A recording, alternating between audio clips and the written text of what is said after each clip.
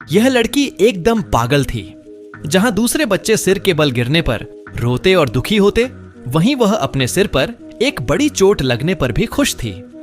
और भी पागलपन की बात यह थी कि वह अपने सिर पर लगी चोट का इस्तेमाल बॉलिंग करने के लिए करती थी और आर्केड मशीनों में भी रेंग कर वह के मोल बनने का नाटक करती थी, जहां दूसरे बच्चे उसे सिर से मारते थे।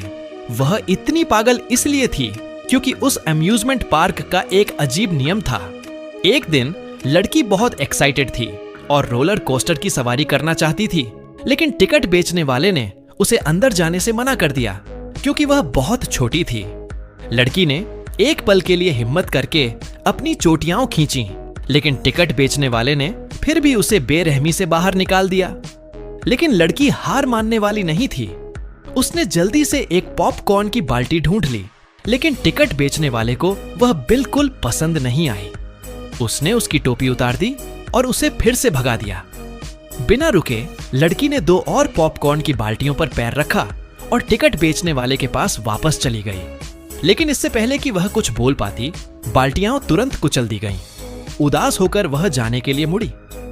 तभी वह फिसलकर सीढ़ियों से नीचे गिर गई और उसका सिर टकरा गया।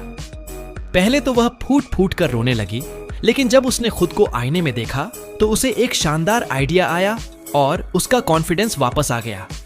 वह एम्यूजमेंट पार्क में अलग अलग राइड्स के पास दौड़ी और अपने दिमाग का इस्तेमाल करने लगी।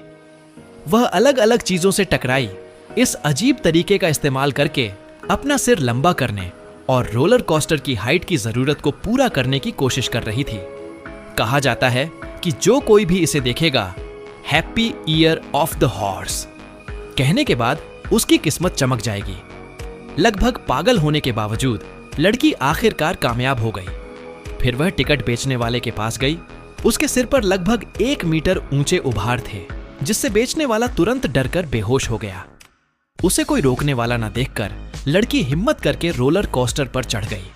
लेकिन जैसे ही वह निकलने वाली थी, उसे यह जानकर डर लग गया कि रोलर कोस्टर में न केवल मिनिमम हाइट की जरूरत थी, बल्कि मैक्सिमम हाइट की भी लिमिट थी। निकलने में बहुत देर हो चुकी थी।